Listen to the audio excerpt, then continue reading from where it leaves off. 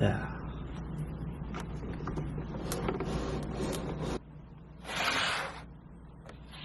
This is going to be a review of the Casio DM-1200BM desktop calculator. Okay, so here's the packaging. It comes in straight from the store.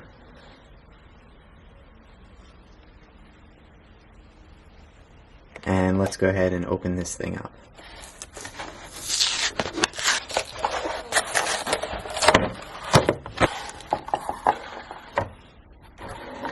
Okay, in the box you have the calculator and a very small instruction manual.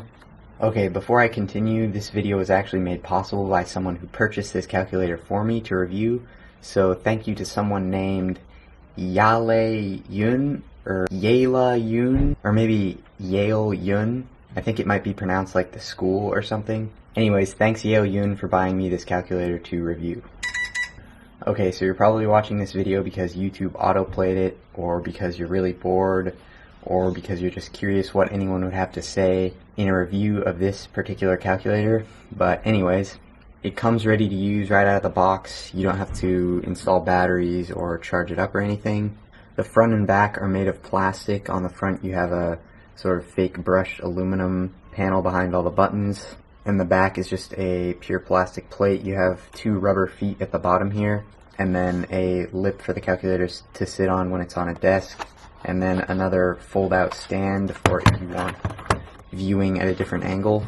You can see with the stand fold down, the buttons sit pretty flat on the desk, but the display is angled up slightly to make it easier to see. And then when you fold the stand out, the buttons will sit at a bit more of an angle, and that might be more comfortable for typing with one hand. One very obvious distinguishing feature of this calculator is its size. So this is my hand for comparison, and here it is next to a normal size calculator.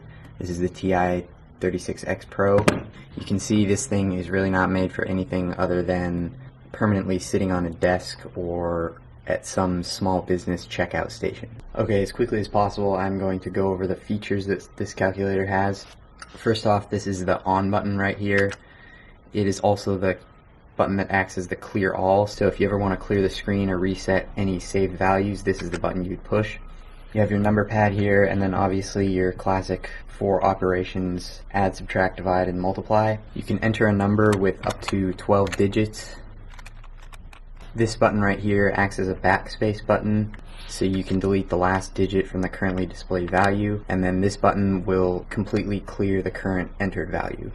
Here up at the top you have this small switch panel where you can set the calculator into a few different modes, and you can also set the number of figures after the decimal place that will display in your answer. So if you're doing something with finance, you would probably want to have this set to 2, and then any operation you do will only display the last 2 numbers after the decimal point. So if I add 56.2389 and 2.475 and then hit enter, you can see it rounds off to 2 decimal places. These 2 turquoise tax buttons are for adding and subtracting tax rates to an entered value. So first, what you would do to set a tax rate is press clear and then hold down the tax rate percentage button here, and then enter whatever tax rate you want. So let's say I was working with a sales tax of 15%. I would just enter 15 and then press the percent key again and then clear. Now if I have a total sale price of say $65 and I want to add the tax rate to that, I could just enter 65 and then press tax plus, and it would show 74.75. So that means that a $65 item with a 15% sales tax has a total of $74.75. And you can also press the tax minus button to subtract that tax rate from any entered value. Okay, then these 3 buttons here are for making calculations with costs, prices, sale prices, and margins. So for example, if I had an item that cost me $100 and I sold it for $125 and I wanted to know the margin on that sale, I would enter 100. That's the cost of the item, so I press cost, and then the sale price, $125, sell, and then once I click the margin key, it'll give me the margin 20%. These 3 buttons up here can also be used to solve for either the sale price or cost price of an item. So for example, if I knew I had to pay $50 for an item and I wanted to sell that item with a margin of 25%, and I wanted to find the sale cost that I would have to sell the item for, I would enter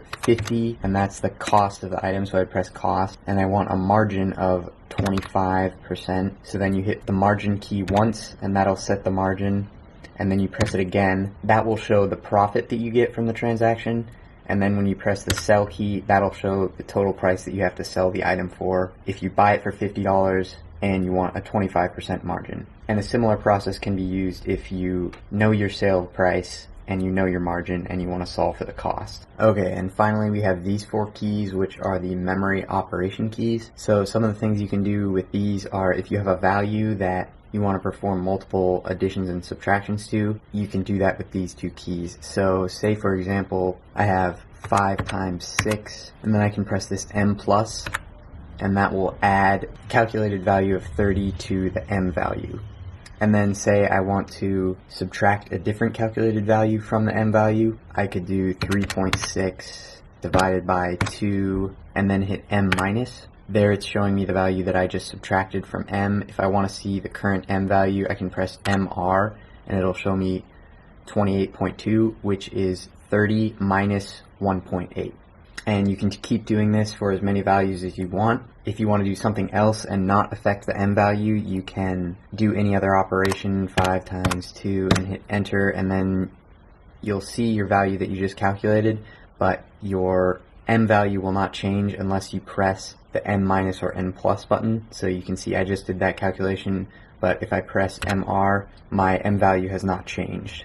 This button MC will clear your M value, so if at any point you want to clear that and reset it to 0, you can just press MC, and then if you press MR again, you can see it has been reset to 0. And then this button GT, I believe it stands for grand total. It will sum up all of the calculations you've made after the last time you've pressed AC. If I do 7 plus 4, 4 plus 3, 6 times 2, you can see I just did a bunch of random calculations there, and if I want the sum of all of those answers, I could just press grand total and it'll give me the sum of all the calculations that I just made. When you press AC, that will reset the list that the grand total key will sum, and it will also reset the grand total value. Okay, I'll just do one final example of how you might actually use this calculator using some of the features I just went over. So say you were ringing someone up at a store. Let's say Mr. Yale Yoon is buying some produce at the store, and these are the items he has and these are their prices, and there's a 15% tax, but only for meat. So first what you would do is press AC to make sure everything was cleared on the calculator, and then we have a 15% tax rate. So first, to set that, once again you'd hold down the rate set button, and I already have it in as 15%, but if you wanted to set it to anything else, you could press clear and then enter 15, and then press the percent key again, and then press AC to close that out.